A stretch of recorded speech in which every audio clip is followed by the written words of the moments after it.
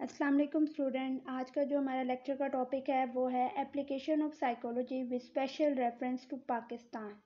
As you know, psychology is a popular subject among student. Let have a view how psychology emerge in Pakistan and what is its current status in Pakistan. जैसे आप सब जानते हैं कि psychology जो है बहुत ज़्यादा पॉपुलर सब्जेक्ट है स्टूडेंट में, और इस लेक्चर में हम ये देखेंगे कि साइकोलॉजी किस तरह से इमर्ज कर हो रही है, पाकिस्तान में यूज़ हो रही है, और उसका क्या करंट स्टेटस है पाकिस्तान में, किन किन फील्ड में साइकोलॉजी यूज़ हो रही है, और कौन कौन से साइकोलॉजिस्ट किस किस फील्ड में क्या क्या काम कर रहे हैं, कब वो स्टार्ट हुई, और इससे रिलेटेड हम इस लेक्चर में हम स्टडी करेंगे। फर्स्ट जो हमारे पास जो है इसकी ब्रांच है वो है एक्सपेरिमेंटल एंड रिसर्च। एक्सपेरिमेंटल और research. In 1976 the federal education ministry established a National Institute of Psychology (NIP) is an organization for research purpose। 1976 में फेडरल एजुकेशन मिनिस्ट्री ने एक अदारा कायम किया जिसका नाम था नेशनल इंस्टीट्यूट ऑफ साइकोलॉजी, जिसका शॉर्ट वर्जन होगा NIP। ये इसका मकसद क्या था इस ऑर्गेनाइजेशन का? इसका मकसद था रिसर्च। ठीक है, यहाँ पे रिसर्चेस की जाती थी रिलेटेड टू साइकोलॉजी। ठीक है, in 1994 NIP was rename as centre of excellence doctor Mohammad Anjum institute of psychology. इसका जो है 1994 में NIP को रीनेम किया गया, उस अदारे का नाम चेंज किया गया, और उसका जो नाम रखा गया वो centre of excellence doctor Mohammad Ajmal institute of psychology रखा गया। उसके बाद उन्होंने बताया कि ये जो ऑर्गेनाइजेशन है ये क्या क्या काम करती है, इसका मेजर गोल क्या है। इस ऑर्गेनाइजेशन का मकसद था कि ये यहाँ पे रिसर्चेज होती थी, यहाँ पे ट्रांसलेशन ऑफ टेस्ट होते थे, standardization and formation of norms of foreign tests. ठीक है, फॉरेन टेस्टेस की यहाँ पे ट्रांसलेशन की जाती थी स्टैंडर्डाइजेशन और फॉर्मेशन नॉर्म्स को मद्देनज़र रखते हुए, क्योंकि जो बाहर के जो टेस्ट होते हैं रिसर्च से रिलेटेड वो इंग्लिश में होते हैं, तो वो साइकोलॉजिस्ट को पाकिस्तान में समझाना बहुत मुश्किल हो जाता है, क्योंकि उनकी जो लैंग्वेज है वो इंग्लिश नहीं है। ठीक है, उन्हें क्लियर नहीं होता, उन्हें समझाना उसको बहुत मुश्किल हो जाता है, और उसमें बहुत ज़्यादा टाइम होता है, तो इंटरफेरेंस हो जाती है, जिससे स्टैंडर्डाइज हमारे पास टेस्ट का जो रिज़ल्ट है वो नहीं आता। इसलिए इस इदारे का मेजर मकसद ये था कि वो ट्रांसलेट करता था उन टेस्ट को उर्दू लैंग्वेज में। ठीक है, still it is producing test for local use. इसके अलावा अब ये जो इदारा है वो लोकल यूज़ के लिए, यानी कि पाकिस्तान के अंदर इस्तेमाल होने के लिए बहुत से टेस्ट को अप्लाई कर रहा है, बना रहा है, और उनको अप्लाई किया जा रहा है पाकिस्तान में, और वो उर्दू लैंग्वेज में बन रहे हैं ताकि इजीली लोगों को समझाया जा सके। Many of psychologist are working in other areas. और जो एक्सपेरिमेंटल साइकोलॉजिस्ट हैं इसके अलावा वो बहुत ज़्यादा मुख्तलिफ एरियाज़ में भी काम कर रहे हैं, मुख्तलिफ फील्ड्स में काम कर रहे हैं। वो कौन कौन सी हैं? वो कॉलेजेस में, यूनिवर्सिटीज़ में, प्रिजनर्स में, इंडस्ट्रीज़, स्पेशल एजुकेशन और रिहेबिलिटेशन सेंटर्स में भी काम कर रहे हैं। नेक्स्ट जो हमारे पास फील्ड है साइकोलॉजी जो जहाँ पर यूज़ हो रही है वो हमारे पास है हॉस्पिटल एंड क्लिनिक्स। हॉस्पिटल और क्लिनिक्स में कौन कौन सी साइकोलॉजी यूज़ हो रही है आज हम इसमें ये पढ़ेंगे। हॉस्पिटल्स में हमारे पास क्लिनिकल साइकोलॉजी यूज़ हो रही है, एबनॉर्मल साइकोलॉजी यूज़ हो रही है, और काउंसलिंग साइकोलॉजी यूज़ हो रही है। तो सबसे पहले हम क्लिनिकल साइकोलॉजी के बारे में पढ़ेंगे। The formal training of clinical psychology as specialization start at Punjab University in 1983 and in Karachi University in 1984। अब वो कह रहे हैं जो स्पेशलाइज ट्रेनिंग दी जाती थी क्लिनिकल साइकोलॉजी की, सबसे पहले किस यूनिवर्सिटी ने स्टार्ट करवाई? पंजाब यूनिवर्सिटी ने स्टार्ट करवाई इन 1983 में, और फिर उसके बाद कराची यूनिवर्सिटी ने स्टार्ट करवाई इन 1984 में। तो इस जो क्लिनिकल साइकोलॉजी का ये जो ट्रेनिंग प्रोग्राम था उसको इन्होंने नाम दिया post master training programme for clinical psychologist, इसको नाम दिया गया। Now many universities introduced not only the diploma and degree program in clinical psychology but MS and doctoral degree program also। लेकिन अब जो है बहुत सी पाकिस्तान की यूनिवर्सिटीज़ ना सिर्फ डिप्लोमा करवा रही हैं या डिग्री प्रोग्राम करवा रही हैं क्लिनिकल साइकोलॉजी में, बल्कि वो MS करवा रही हैं और डॉक्टरल डिग्री प्रोग्राम करवा रही हैं ये क्लिनिकल साइकोलॉजी में। Most of clinical psychologists and psychotherapists are practiced in clinic and hospitals. वो कह रहे हैं जो बहुत से जो क्लिनिकल साइकोलॉजिस्ट हैं वो कहाँ कहाँ काम कर रहे हैं, क्लिनिक और हॉस्पिटल में, प्राइवेट और पब्लिक दोनों सेक्टर्स के जो हॉस्पिटल्स और क्लिनिक हैं वहाँ पर एज अ साइकोलॉजिस्ट और एज अ साइकोथेरेपिस्ट जो हैं वो काम कर रहे हैं। नेक्स्ट जो हमारे पास आती है जो हॉस्पिटल और क्लिनिक में साइकोलॉजी की ब्रांच यूज़ हो रही है वो है एबनॉर्मल साइकोलॉजी। जो एबनॉर्मल साइकोलॉजी का क्या स्कोप है पाकिस्तान में उसके बारे में पढ़ेंगे। The scope of psychology is increasing in Pakistan because there are so many issues and disorders that are cured with the help of psychologists। क्योंकि वो कह रहे हैं इसका स्कोप बहुत ज़्यादा है पाकिस्तान में क्योंकि बहुत ज़्यादा इश्यूज और डिसऑर्डर्स जो हैं वो साइकोलॉजिस्ट की मदद से, एबनॉर्मल साइकोलॉजिस्ट की मदद से हम हल कर सकते हैं। ठीक है, जो भी उनको मेंटल डिसऑर्डर या इलनेस है या एबनॉर्मलिटीज़ है वो हम किसकी मदद से हल कर सकते हैं, एबनॉर्मल साइकोलॉजिस्ट की मदद से हल कर सकते हैं क्योंकि वो हमें एक प्रॉपर ट्रीटमेंट देते हैं ताकि हम इस एबनॉर्मलिटीज़ से क्योर कर सकें थ्रू थेरेपीज़। ठीक है, थेरेपीज़ देते हैं, वो मुख्तलिफ सेशंस लेते हैं ताकि इनकी ये जो एबनॉर्मलिटीज़ है उसको हल किया जा सके, उसको कम किया जा सके। They also help to improve their mental illness, और इनकी मेंटल इलनेस को इम्प्रूव करने की कोशिश करते हैं। Most of them work in hospital, clinic and social worker. ठीक है, बहुत से जो हैं वो हॉस्पिटल में, क्लिनिक्स में एज एबनॉर्मल साइकोलॉजिस्ट काम कर रहे हैं और सोशल वर्कर के तौर पर भी ये काम कर रहे हैं एबनॉर्मल साइकोलॉजिस्ट जो हैं। नेक्स्ट हमारे पास आता है काउंसलिंग साइकोलॉजी। काउंसलिंग साइकोलॉजी क्या है, पाकिस्तान में उसकी क्या अहमियत है, वो किस किस फील्ड में यूज़ हो रही है, उसके बारे में पढ़ते हैं।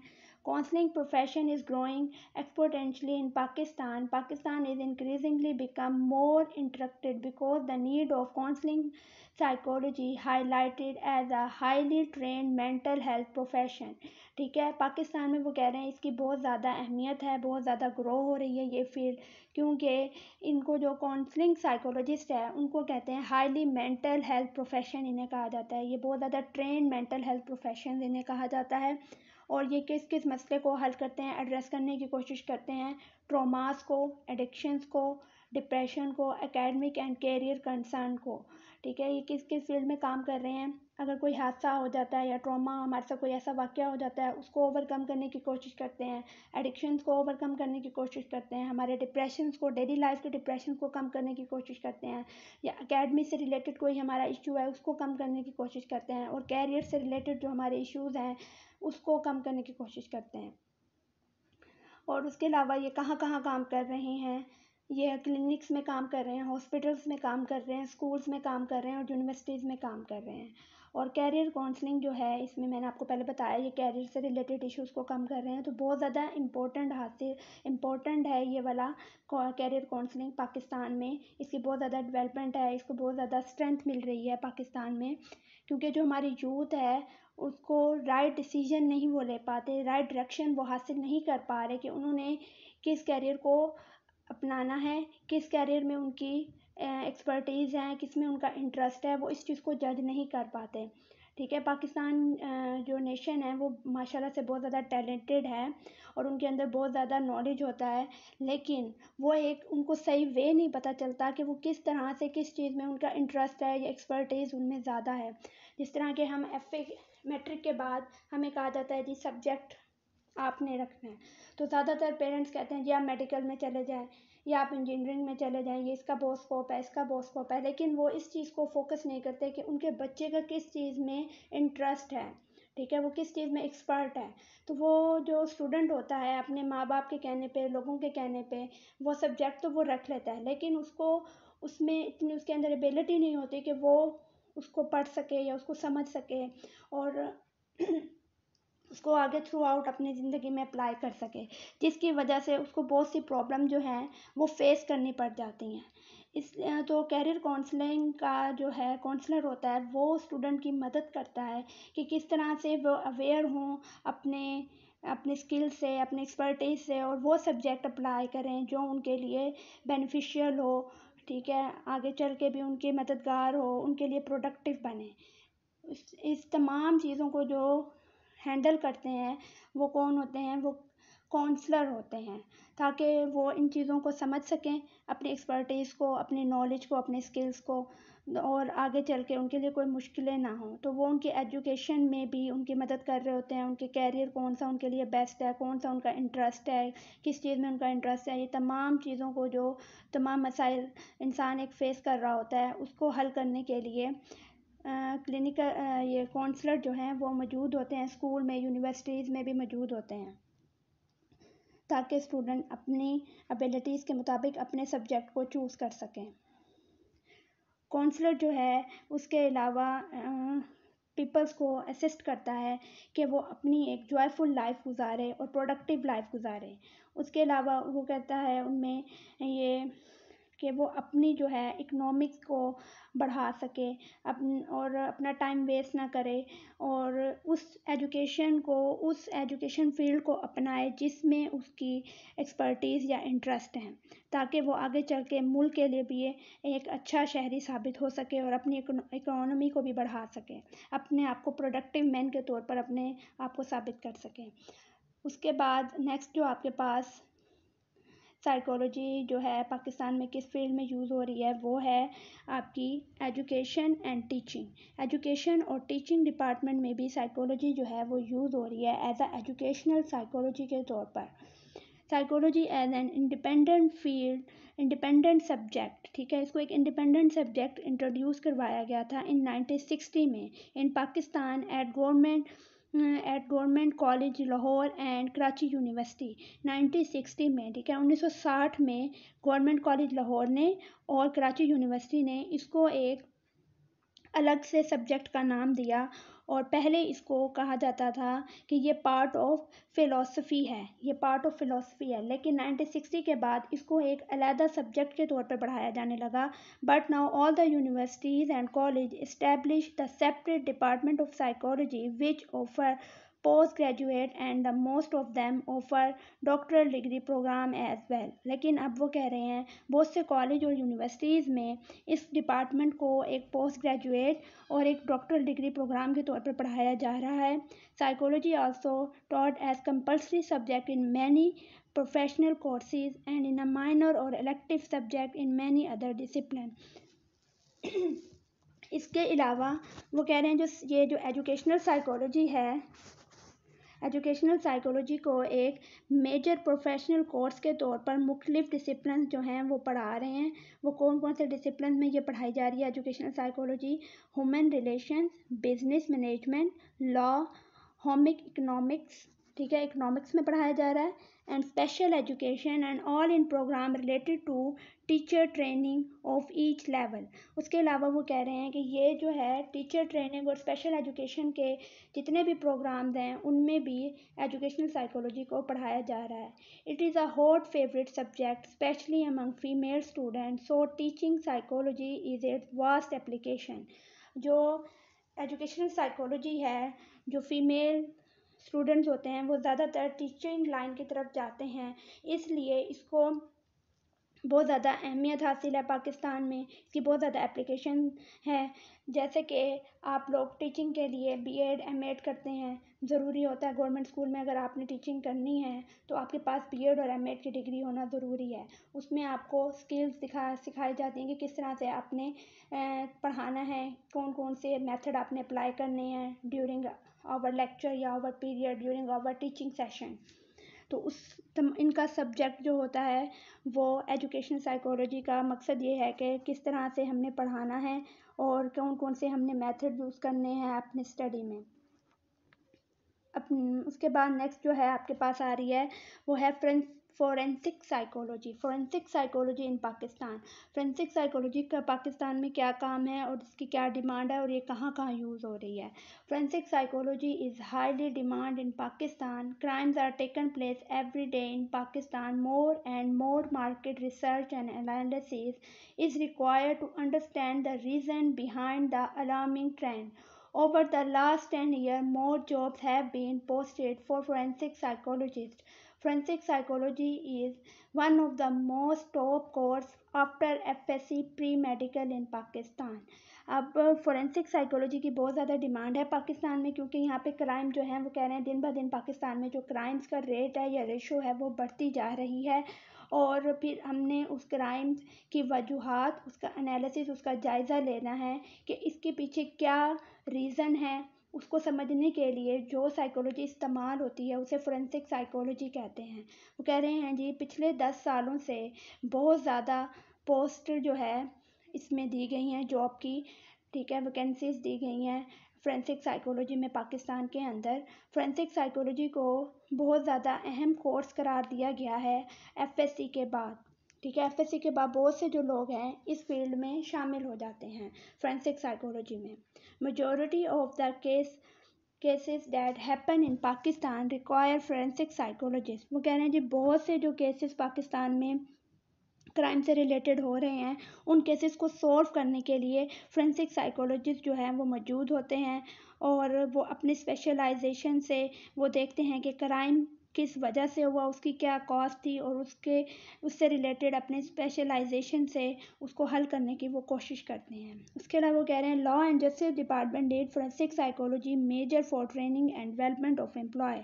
This is a skill many law enforcement agencies need to aware about. ये एक ऐसी साइकोलॉजी की ब्रांच है जिसमें इसमें बहुत ज़्यादा क्या कहते हैं जी स्किल्स होती हैं। तो वो कह रहे हैं लॉ इन्फोर्समेंट एजेंसीज को इससे के बारे में पता होना चाहिए, उनको ये सब्जेक्ट पढ़ाया जाता है ताकि उनको पता चले कि उनकी ट्रेनिंग में, उनके डेवलपमेंट में एम्प्लॉयज़ जो उनके एम्प्लॉयज़ हम हायर करते हैं लॉ एंड जस्टिस में, उनको ये सब्जेक्ट पढ़ाया जाता है ताकि उन्हें पता चल सके कि किस वजह से क्राइम हुआ और क्या उसकी वजूहात थी, क्या क्या वजूहात हो सकती हैं। उससे रिलेटेड तमाम नॉलेज इसमें दी जाती है फोरेंसिक साइकोलॉजी में।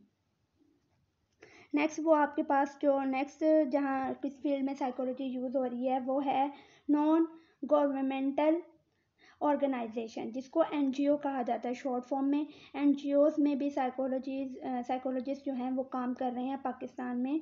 Psychologist have form their own organization from social welfare guidance and counselling of people. अब वो कह रहे हैं जी बहुत से साइकोलॉजिस्ट ने अपने खुद के अदारे बनाए हुए हैं जिसमें वो as a social worker guidance और काउंसलिंग करते हैं लोगों की। The role of NGOs was quite prominent during the national disaster earthquake of 2005 and the flood of 2010. अब वो कह रहे हैं कि जो NGOs का रोल है बहुत ज़्यादा प्रोमिनेंट है, बहुत ज़्यादा अहम है, क्योंकि जब भी कोई नेशनल डिज़ास्टर होता है या कुदरती आफात होती हैं, अर्थक्वेक आता है या किसी किस्म का सैलाब आ जाता है, तो इसमें बहुत ज़्यादा अहम किरदार कौन अप्लाई कर रहा होता है, साइकोलॉजिस्ट अप्लाई कर रहे होते हैं जो NGO से रिलेटेड होते हैं, ताकि वो लोगों की मदद कर सकें, उनको गाइड कर सकें और उनको उस ट्रॉमा से बाहर निकाल सकें जो उन्होंने देखा हुआ होता है। These NGOs run many schools, rehabilitation centers, drug addiction center, and they launch many social awareness program as well. उसके अलावा वो कह रहे हैं ये जो साइकोलॉजिस्ट जो NGOs चला रहे हैं वो कौन कौन से उन्होंने अदारे, बहुत से अदारे कायम किए होते हैं और बहुत से अदारे कायम किए हैं, लॉन्च किए होते हैं ताकि वो इन लोगों की मदद कर सकें, जो गरीब लोग होते हैं उनकी मदद कर सकें, उनको तालीम दे सकें। रिहेबिलिटेशन सेंटर्स बनाए हुए होते हैं ताकि उनको घर फराहम कर सकें और उसके अलावा ड्रग सेंटर्स बनाए होते हैं ताकि जो मंशियात है उसकी प्रॉब्लम को कम किया जा सके। जो बहुत ज़्यादा नशे वाले लोग होते हैं, नशा करते हैं, उनको वहाँ पर रखा जाता है और उनका इलाज किया जाता है। इन्होंने बहुत से NGOs जो हैं ये अदारे चला रही हैं। उसके अलावा वो कह रहे हैं psychologist and social worker serve from such organization. बहुत से साइकोलॉजिस्ट और सोशल वर्कर जो हैं वो NGOs में काम कर रहे होते हैं ताकि वो लोगों के मसाइल को हल कर सकें। ये वाला लेक्चर आपका ख़त्म हो गया यहाँ पर। अगर इससे रिलेटेड आपको कोई इशू हो तो आप मुझसे पूछ सकते हैं। ओके क्लास, अल्लाह हाफिज़।